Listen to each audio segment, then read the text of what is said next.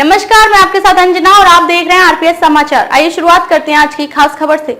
जाजमऊ आगजनी प्रकरण, पक्ष का गवाह पलटा, बोला जहां आग लगी वहां इरफान संग तीसरा भाई भी था, अब अरशद को भी फंसाया। कानपुर के जाजमऊ आगजनी मामले में नया मोड़ आ गया है। इरफान की ओर से बचाव में पेश किया गया गवाह शुक्रवार को कोर्ट के सामने बयान से पलट गया और इरफान रिजवान के खिलाफ ही बोलने लगा।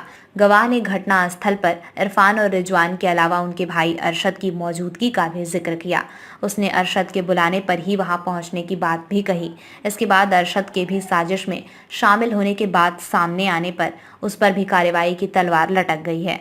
इरफान की ओर से बचाव में गवाह मोती मोहाल निवासी ऋषभ गुप्ता को पेश किया गया था। ऋषभ ने गवाही के दौरान कहा था कि जब वह सिद्धनाथ मंदिर से दर्शन कर लौट रहा था तो डिफेंस कॉलोनी वाले रास्ते में एक प्लॉट पर आग लगाई थी। वहां कोई और नहीं था। उसने अपने मोबाइल से डायल 112 पर सूचना दी थी।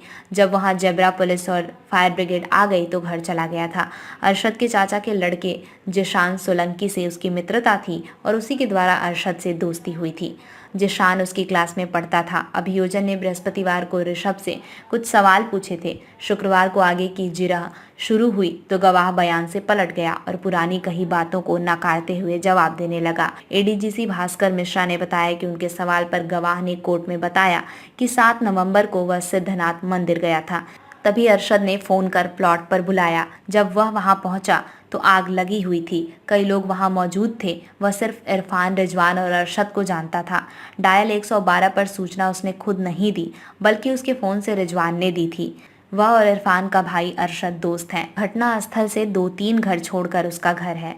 गवाह से जिरह पूरी हो गई है। अब अगली सुनवाई सोमवार को होगी। ऋषभ व अरशद भी बन सकते हैं आरोपी। पीड़िता नजीर फातिमा की ओर से अधिवक्ता प्राची श्रीवास्तव ने बताया कि कोर्ट में दिए ऋषभ के बयान से यह साफ हो रहा है कि घटना के समय इरफान और रिजवान के साथ अरशद भी था।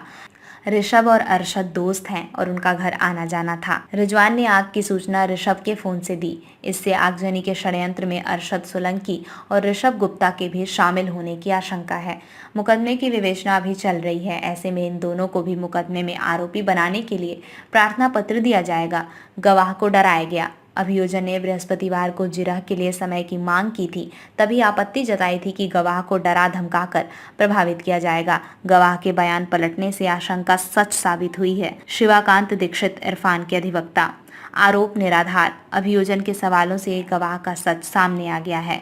उसने इरफान, रिजवान के घटना स्थल पर मौजूद रहने, रिजवान द्वारा फोन मिलाने की बात कही है। गवाह को धमकाने का आरोप निराधार। भास्कर मिश्रा, एडीजीसी। खबरों में अब तक के लिए बस इतना ही। फिर हो गई आपसे मुलाकात कुछ ऐसी बड़ी खबरों के साथ। तब तक के लिए नमस्कार और देखते रहिए आरपीएस समाचार।